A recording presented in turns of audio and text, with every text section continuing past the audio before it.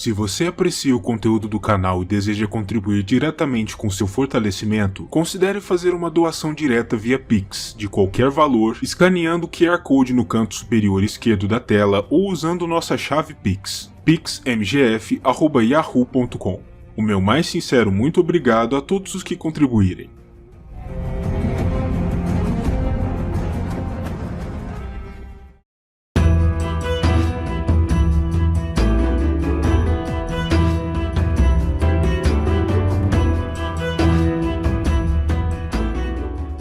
Sir Duncan Walto nasceu apenas como Duncan, mais conhecido como Dunk, entre os anos de 191 e 193 após a conquista de Egon, e suas memórias mais longevas e antigas são sobre já ser um rufião endiabrado na Baixada das Pulgas, o distrito mais pobre de Porto Real, o que significa que ele provavelmente também nasceu ali, embora não se saiba ao certo quem foram seus pais.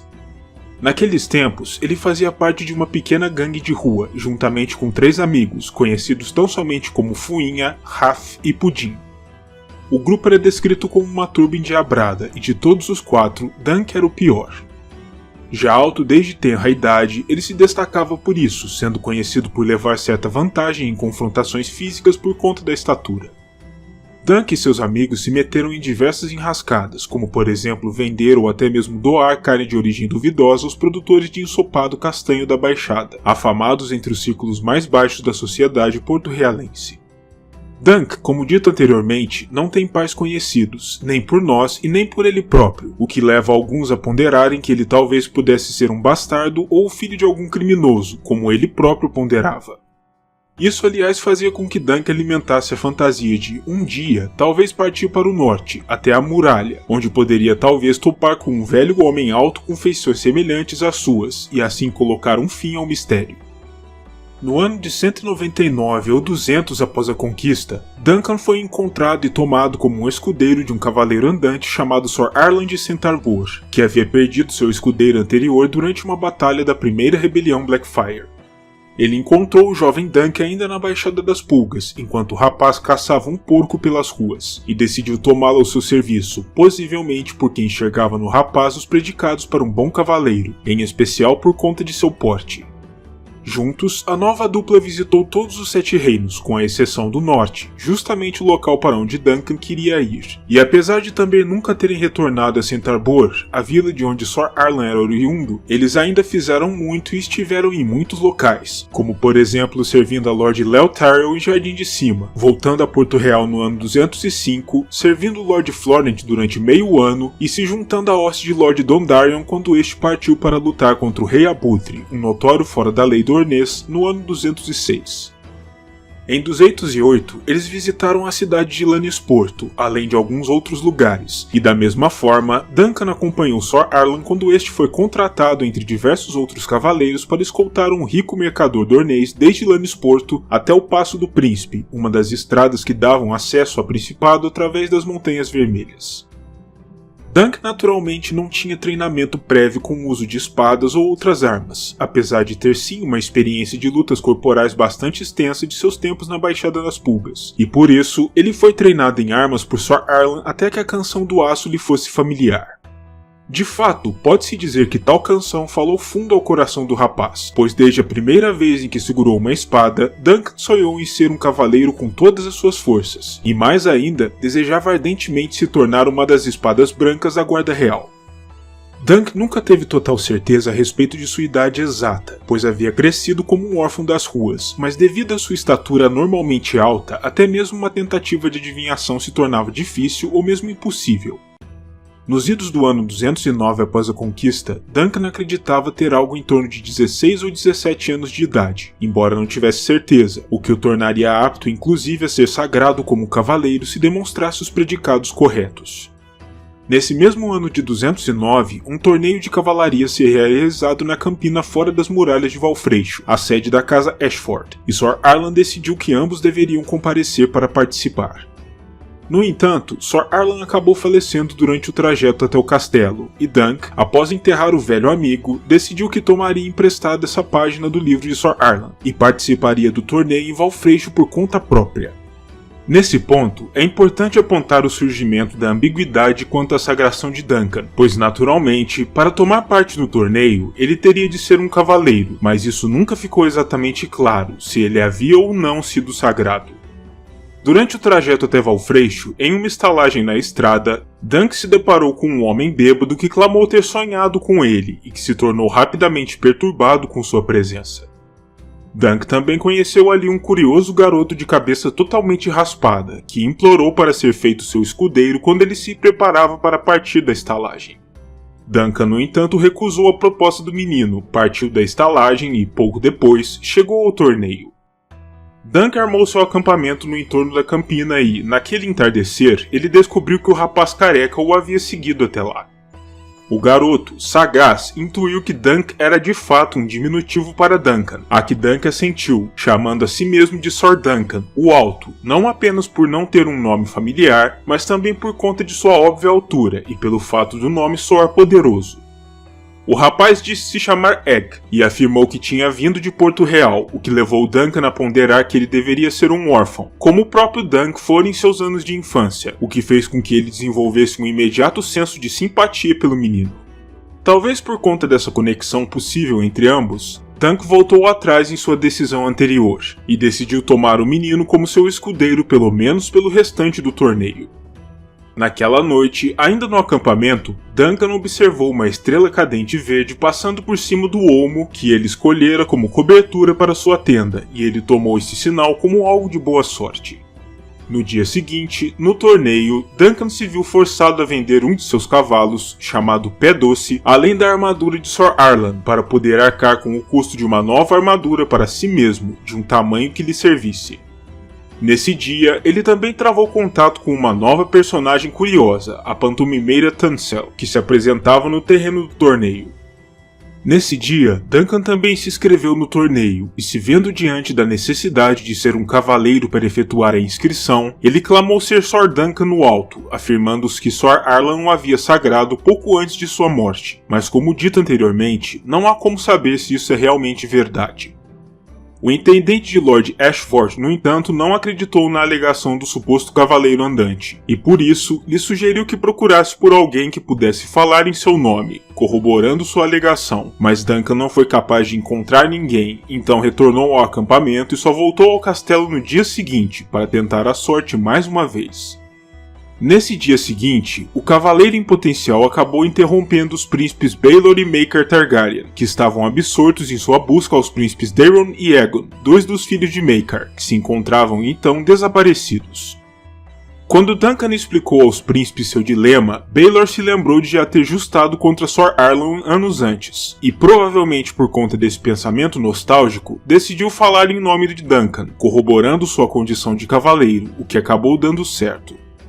Contudo, como o escudo que Duncan usava ainda exibia o cálice alado de Sor Arlan, o príncipe Baelor afirmou que ele não poderia justar empunhando-o, pois usar o símbolo do falecido Arlan seria uma prerrogativa exclusiva de um filho legítimo do cavaleiro, e por isso, Duncan procurou Tansel novamente e lhe pagou para usar seus dotes artísticos para repintar seu escudo, escolhendo como seu símbolo pessoal a imagem da estrela verde caindo por sobre a árvore, conforme ele havia visto e interpretado como um sinal de sorte. Quando Tansel foi atacada pelo príncipe Aerion Targaryen, Duncan naturalmente interveio, atacando o príncipe no processo, e quando os guardas de Aerion se meteram na confusão, a integridade física de Dunk foi preservada pelo escudeiro Egg, que se revelou como sendo o príncipe Aegon Targaryen, o filho desaparecido de Maekar. Mesmo assim, Duncan foi preso e levado de volta ao castelo, onde foi informado pelo príncipe Baelor que Daeron havia alegado ao pai que ele e o irmão haviam sido sequestrados por um cavaleiro bandido, enquanto o maldoso Aerion torcia sua história de defesa da pantomimeira em um ato de traição. Devido às mentiras contadas tanto por Daeron quanto por Aerion, Maekar ficou furioso com Duncan, e Baelor se viu forçado a permitir a Aerion um julgamento do cavaleiro, e o príncipe escolheu um pouco usual julgamento de 7. Com a ajuda do jovem Aegon, Duncan conseguiu encontrar 6 outros lutadores que auxiliassem no seu lado. Sir Robin Rysling, Sir Humphrey Harding, Lord Lionel Baratheon, Sir Humphrey Bisbury, o recém-ungido como cavaleiro Sir Raymond Fossoway e, claro, o príncipe Baelor, que foi convencido da inocência do cavaleiro andante. Se contrapondo a eles estariam o Príncipe Aeron e seus 6 aliados, Daeron, Maekar, Sir Stefan Fossoway, Sir William Wilde, Sir Donald de Valducaso e Sir Roland Craighall, os 3 últimos cavaleiros brancos da Guarda Real que ali estavam. Duncan também ficou surpreso ao perceber que o populacho presente ao torneio o apoiava, pois ele havia honrado seus votos de cavaleiro, de proteger os fracos e inocentes ao defender Tansel de Arion. Durante o combate de Sete, Duncan acabou sendo levado pelo calor da batalha para diante do príncipe Arion e foi capaz de vencê-lo se aproveitando tanto de seu tamanho quanto das habilidades de combate que havia aprendido durante uma vida quase inteira na Baixada das Pulgas, forçando o orgulhoso Targaryen a se render. Como ele acabou admitindo a derrota, Duncan foi automaticamente inocentado de todas as acusações. Além deste desfecho, o julgamento de Sete também provocou 3 mortes. Humphrey Bisbury morreu lutando, enquanto Humphrey Harding morreu em decorrência de seus ferimentos na noite seguinte. Além deles, o príncipe Baelor também foi mortalmente ferido pelo seu próprio irmão Maekar, meio que por acidente, deixando um sentimento de profunda culpa pairando por sobre Duncan. Outro desfecho da luta foi o de Príncipe Maekar oferecer a Duncan um lugar em Solar Estival, a fortaleza de veraneio de sua casa, para que seu filho Aegon continuasse a atuar como seu escudeiro. E embora Duncan tenha concordado em continuar a ter Aegon como seu escudeiro, ele insistiu para que continuasse em seu rumo como uma dupla andante, argumentando que esse estilo de vida ensinaria ao garoto a virtude da humildade. E surpreendentemente, Maekar concordou com o argumento e permitiu que ambos partissem após o torneio. O próximo destino da dupla foi o Principado de Dorne, através do Passo do Príncipe, um caminho que já conheciam bem, e eles eventualmente atingiram a fortaleza da Casa Veith, onde Duncan acabou infelizmente ofendendo Lady Cassella, a primeira mulher nobre que ele já conhecera, o que os forçou a cortar a duração de sua estadia ali. Mais tarde, durante a travessia do deserto dornês, o cavalo de Duncan, Castanho, acabou falecendo, e ele e Aegon precisaram dividir a outra montaria, Trovão. Nos anos 209 e 210, Westeros experimentou a Grande Praga da Primavera, mas Duncan e Aegon saíram ilesos a ela, por estarem então em Dorne, uma das 2 únicas porções do reino em que a praga não chegou. A dupla pegou uma balsa para descer o Sangue Verde até Vila Tabueira, na desembocadura do rio, e uma vez ali, tomou uma galé de nome Senhora Branca, com destino à Vila Velha, já na Campina.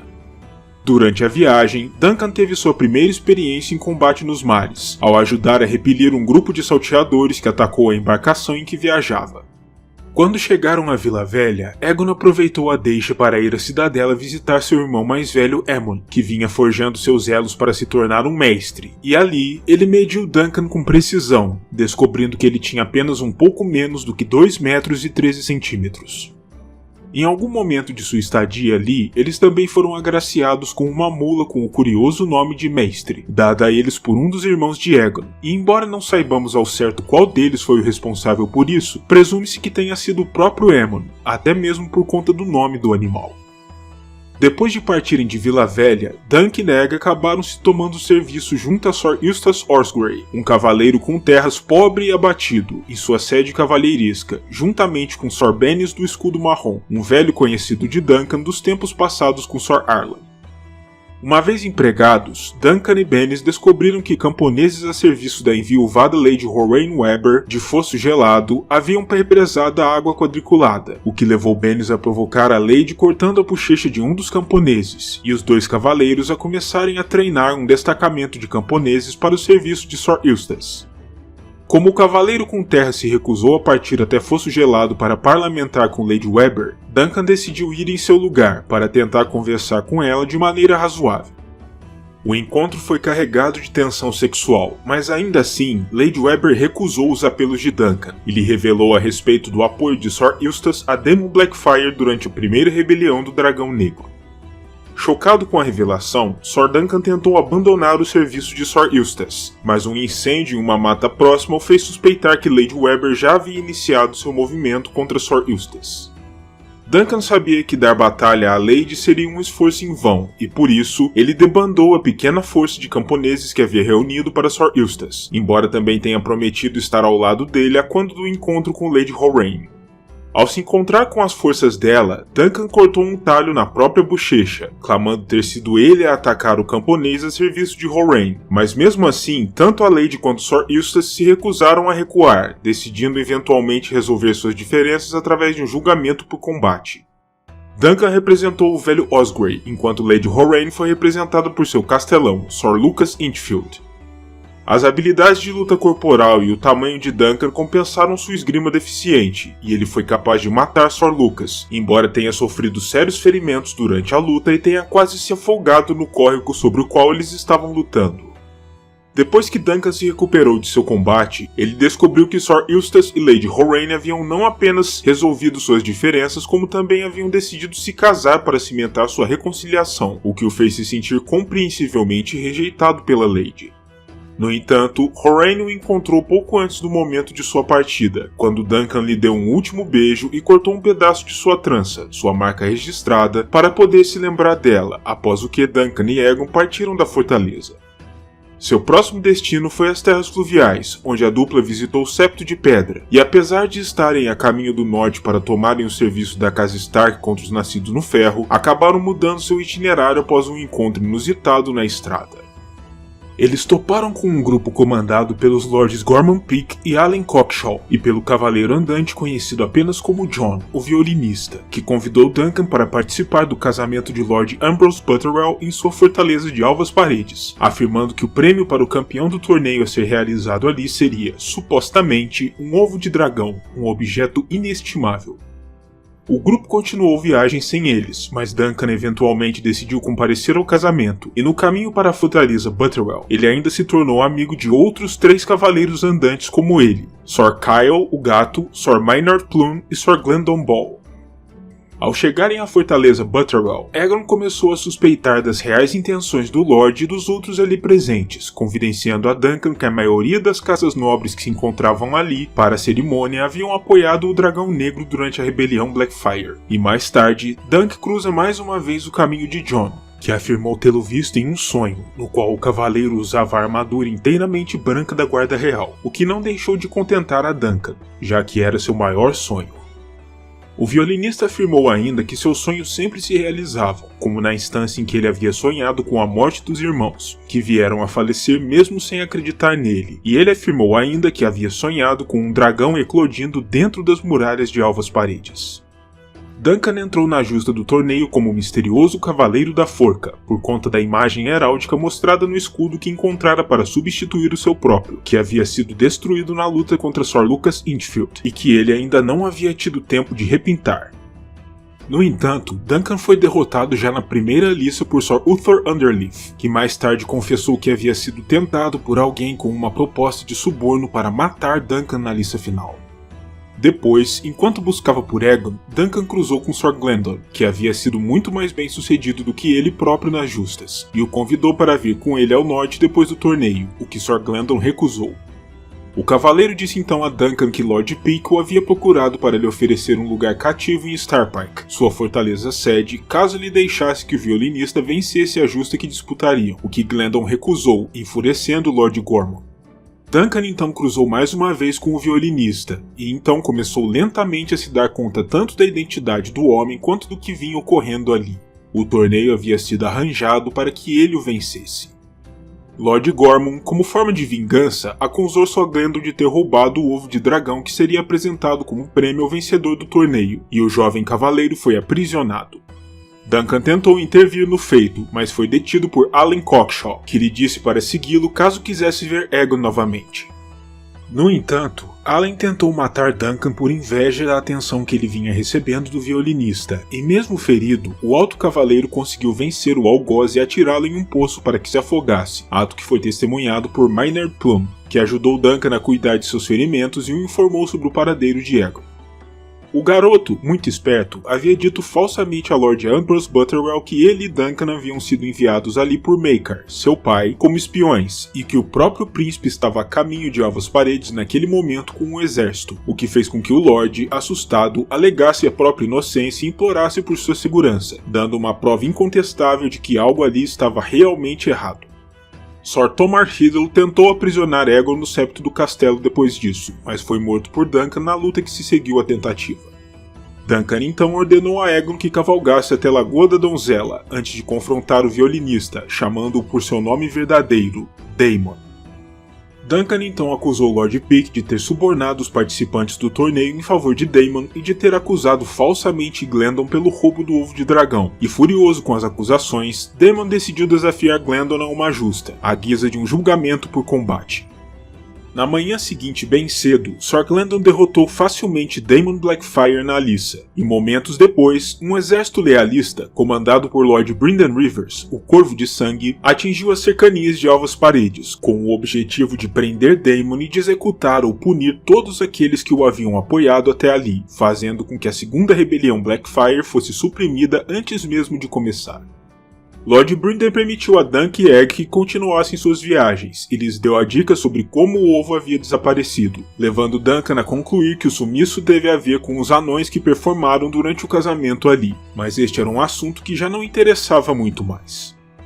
Algum tempo depois de partirem de Alvas Paredes, não se sabe ao certo quanto, Duncan e Aegon visitaram Winterfell, no norte, conforme Duncan desejava. Mas, se ele encontrou na região algum velho alto parecido com ele, a história não registra. Anos mais tarde, quando o primeiro filho de Aegon nasceu, ele o nomeou como Duncan, presumivelmente em homenagem ao seu amigo cavaleiro, e o rapazinho ficaria conhecido dali em diante como Duncan, o pequeno, ou Duncan, o baixo, em contraponto ao alto cavaleiro andante. Na segunda metade do ano 233 após a conquista, quando Aegon havia se tornado inesperadamente o rei, como o quinto de seu nome, Mestre Aemon decidiu que iria partir para a muralha, para se tornar um irmão juramentado da Patrulha da Noite, certo de que, se ficasse no sul, seria uma constante ameaça ao seu irmão mais novo no trono, ainda que os votos o impedissem de herdar coroas, e Duncan foi enviado como parte da escolta de Aemon até sua chegada à Atalaia Leste do Mar, de onde ele partiria para Castelo Negro para tomar os votos. Eventualmente, Duncan se tornou um cavaleiro branco da Guarda Real como sempre ambicionara, embora não se saiba ao certo quando foi que isso ocorreu, mas sabe-se que a primeira menção sobre sua entrada na Ordem data de 236 após a conquista. Nesse mesmo ano, Sir Duncan lutou na quarta das rebeliões Blackfyre e foi o responsável pessoal por matar o pretendente, Daemon III, durante as lutas. No ano 239 após a conquista, o príncipe Duncan Targaryen chocou o reino ao romper seu noivado com uma das filhas de Lord Lionel Baratheon para se casar com a plebeia conhecida como Jenny de Pedravelhas, o que fez com que o Lorde, enfurecido, abnegasse sua lealdade ao Trono de Ferro e se declarasse como o novo Rei da Tempestade. Duncan foi escolhido pelo rei como seu representante no julgamento pela batalha que decidiria o assunto, e derrotou Lord Lionel, colocando um fim precoce à sua curta insurreição. Nos anos de 252 ou 253 após a conquista, Sir Duncan, agora já senhor comandante da Guarda Real, participou de um torneio de inverno realizado em Porto Real, e ali foi derrubado do cavalo por um espetacular justador de 16 anos, de nome Barristan Selmy. No ano 259, quando Duncan já contava com mais de 60 anos de idade, ele e seu rei, juntamente com boa parte da corte, foram até Solar Estival para passar alguns momentos prazerosos e celebrar o iminente nascimento do filho do príncipe Aerys Targaryen, Rhaegar, o bisneto do rei Aegon. No entanto, o que era para ser um momento de alegria acabou se tornando uma tragédia monumental quando a fortaleza inteira pegou fogo de forma violenta, durante o chamado Desastre de Solar Estival. E durante essa tragédia terrível, ainda que pouco se saiba sobre os detalhes, ficou subentendido que a valentia de Sir Duncan permitiu a sobrevivência de alguns dos que escaparam às chamas, mas infelizmente ele e seu rei não estavam entre os afortunados. Sir Duncan o Alto faleceu naquele dia fatídico de 259 após a conquista, com ao menos 66 anos de idade, deixando para trás um legado heróico e rico, e uma das histórias de vida mais inspiradoras em todos os tempos nos Sete Reinos de Westeros.